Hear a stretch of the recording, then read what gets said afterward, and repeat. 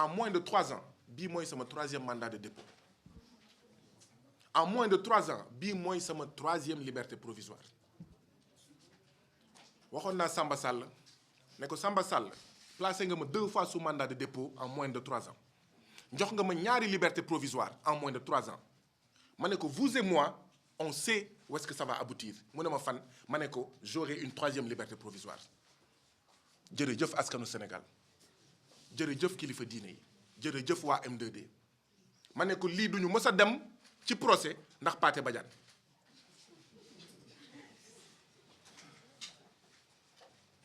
mais je parle de ça pas pour Bakoko parce que il n'y a aucune fierté à avoir été placé 3 fois en moins de 3 ans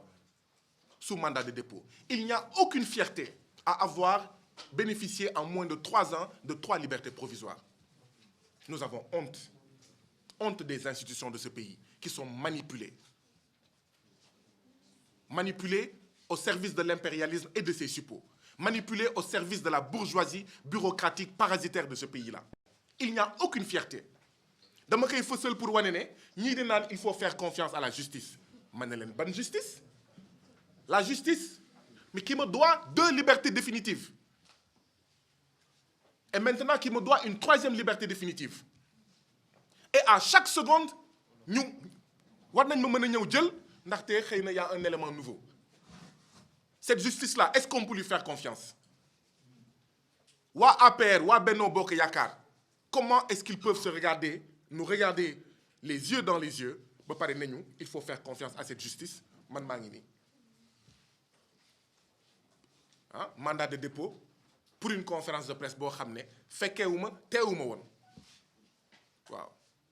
bii pas moom waaw les motifs les uns les plus saugrenus que les autres donc justice néocoloniale bi dafa war a jeex moo tax tamit ñu doon wax sénégalais yi bu leen dégg waa Union des magistrats du Sénégal waa UMS di xeex ngeen toog ne pat Union des magistrats du Sénégal bu ñuy xeex pour une justice indépendante ñun sax ñoo leen war a jiitu ñun Sénégal dañoo war a bàyyi jikkoo ne tant que laaluñu sama xalif général tant que laaluñu sama waaso tant que laaluñu sama monseigneur xawma sama évêque tant que laaluñu sama salaire tant que laaluñu sama dëkk du ma yëngatu du ma bouger. C'est l'occasion aussi de dire tant que ñun citoyens sénégalais nous ne sommes pas prêts à perdre quelque chose pour avoir quelque chose, c'est-à-dire un meilleur Sénégal, une meilleure Afrique, un Sénégal souverain dans une Afrique souveraine et unie, tant qu'on n'est pas prêt à perdre des choses pour nos droits, pour les droits de tous nos concitoyens, mais on n'aura absolument rien. Il faut que ñu nangoo ñàkk dara ay xawma mag du fecc ci yàlla naa de loolu dafa war a jeex ay waxu naan xawma lekkitu nen du nax béy dafa war a jeex commencé na jeex alors ñu bëri nag ñu ngi naan way peuple sénégalais patati patata ñenn ñi ñoo dàq xalab peuple sénégalais waaw peuple bi jaru ko yaa ngi ni fàttaliku ko après élection 2019 peuple bi jaru ko lii bu amee xawma aar li nu bokk noo lànk bu mobilisation wàcceer ñu ne lu leen dal baax na nous on a toujours été là pour dire non non lu tax non mooy li ñu gëm mooy les peuples sont comme le sol tout ce que vous y semez le sol vous le rend tout ce que vous semez dans le peuple vous le rend si vous semez dans ce peuple-là le carriérisme l'affairisme politique le carriérisme politique le mensonge la trahison élevé en vertu sur le plan politique, sur le plan syndical, sur le plan des ONG, sur le plan des mouvements citoyens. Mais si vous semez dans ce peuple-là cela, le pacho, mais le peuple vous le rend. C'est normal. Le peuple ne peut pas avoir confiance en vous dans ces conditions-là. Quel peuple accepterait de prendre une grenade lacrymogène, d'aller en prison pour une classe politique, et par classe politique, j'entends y compris les mouvements citoyens, y compris les syndicats, pour une classe politique vendue, pour une classe politique adepte du haut de toi que je m'y mette. Quel peuple est prêt à prendre une grenade lacrymogène pour des gens adeptes, d'accord, du partage du gâteau Sénégal? Mais quand ce peuple-là ils voient des Babacar Diop, des Modou Diouf, des Fatima Mbeng, des Nini, des Fatoumata Diallo, des DJ Malik de LCIS, des citoyens et des patriotes. Mais ce peuple-là le rend à ses patriotes. C'est important de le dire comme tel. Moi, si je suis en danger, ou si je suis, si je suis en danger, ou si je constitue un danger pour le peuple sénégalais, je n'exclus pas que l'État m'écoute, me mette sur écoute, me suive et me file. Mais si nous menaçons les intérêts impérialistes, faire cela est inacceptable. Ce que je veux dire par là, c'est que ñun mën nañ nekk loo xam ne day gaañ askanu Sénégal maanaam bañuñu état di mobiliser ay jumtuwaay pour déglu suñu ay téléphone pour lire suñu ay téléphone mais na ko jaarale yoon benn ñaar na ko def pour njëriñu askanu Sénégal na ko def pour njëriñu askanu Sénégal mais bu fekkee dama dem dikk ñu ne ma yaa envoyé et c'était un message WhatsApp yaa envoyé diw est-ce que jot na 50 000 est-ce que ñu ngi waajal conférence de presse suba ça veut dire que ñu ngi lire samay message procureur de la République amul lu muy def lu dul lire des messages privés nous avons un procureur voyeur alors que askan baa ngi ci jafe-jafe mais lire les messages des gens les mettre sur écoute dafa war a am yoon dafa war a jaar yoon dafa war a am réquisition mais li ñuy def nii du dëgg du yoon du dëgg du yoon moom la ñuy def ñun ñëpp moo tax ça fait ay weer ay at ñu ngi naan président Macky Sall bàyyil di mettre sur écoute les citoyens sénégalais mais plutôt écouter le peuple sénégalais arrêtez de le mettre sur écoute et écoutez le peuple sénégalais pour génne Sénégal ci ndóol génne ko ci jafe-jafe ce n'est pas en mettant les citoyens sénégalais sur écoute mais c'est en écoutant les profondes aspirations du peuple sénégalais. Il faut arrêter de mettre sur écoute les citoyens sénégalais et les écouter.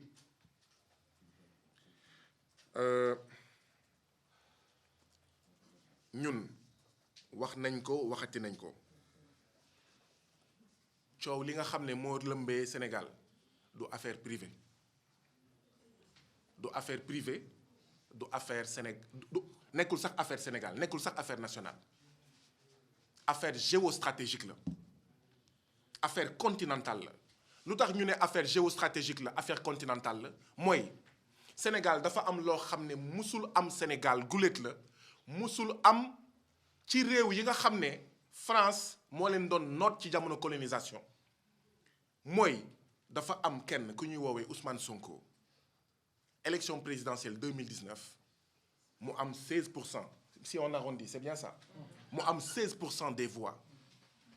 ñenn ñi ñu ngi naan xawma Moustapha Niass xawma Idrissa Seck amoon nañ la même chose wala ëppale nañ ko déedéet Ousmane Sonko dafa ne d'accorduma ci franc CFA d'accorduma ci APE d'accorduma ci FMI ak Banque mondiale di ñu noot d'accorduma ci nooteel bu ñuy noot Afrique ak Sénégal sama programme la boo xam ne dafay tinki Sénégal dafay tinki Afrique campagne bu mel noonu c'est la première fois Sénégal muy am 16% des voix c'est la première fois ci réew yi nga xam ne anciennement colonisé par la France un candidat di campagne ci programme bi di am 16% des voix xam nga loolu bu amee li muy indi mooy président Macky Sall ak ñi mu àndal dañuy tiit France dafay tiit l'impérialisme day tiit mooy kuréel yi ay Union européenne ak ñoom seen dañuy tiit ndaxte lii di xeeñ mooy fecceeku lii di xeeñ mooy indépendance lii di xeeñ mooy souveraineté lii di xeeñ mooy moom sa réew moom sa bopp loolu mooy wax ci loolu moo tax nag ñi fi nekk ànd ak ñi nga xam ne ñoo leen yilif ci àddina bi muy France Union européenne ak ñoom seen ne duñu toog seetaan Sénégal moom boppam ndaxte Sénégal bu moomee boppam Gambie moom boppam Mali moom boppam Togo moom boppam mais Côte d'Ivoire moom boppam ñoom li ñu bëgg mooy Sénégal mu rester la vitrine politique de la France-Afrique Côte d'Ivoire rester la vitrine économique de la France-Afrique li ñu bëgg mooy nooteel bi wéy li ñu bëgg mooy la division internationale du travail bi nga xam ne mooy tax li golo di bëy baabun di dundee ñun golo africain yi lépp lu ñu am ñoom baabun mais CAC 40 baabun FMI baabun Banque mondiale baabun Union européenne ñu jëriñoo ko ñun ñu des ci ndóol dégg ngeen ma bu baax nag li ma wax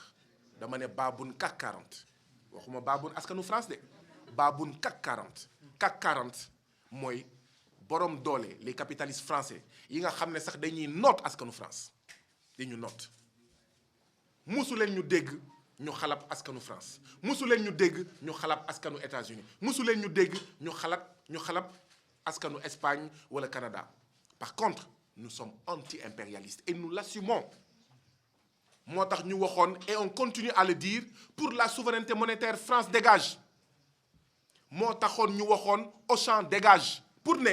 ñun commerçants sénégalais yi commerçants africains yi moo ñu gënal les grandes enseignes françaises les grandes enseignes américaines les grandes enseignes allemandes ndaxte doomi réew mooy tabax réew ce n'est pas de la xénophobie bu amee ay xénophobe nañ ko seete si ñoom xawma Marine Le Pen ak ay ñoom seen doom ak ñoom seen waaw mais nous sommes des anti-impérialistes nous sommes des panafricains nous sommes des révolutionnaires anti-impérialistes panafricains moo tax ñu ne pour la souveraineté monétaire Frexit France exit pour la souveraineté monétaire la France n'a qu'à sortir de nos affaires monétaires de nos affaires sécuritaires waaw dégg naa France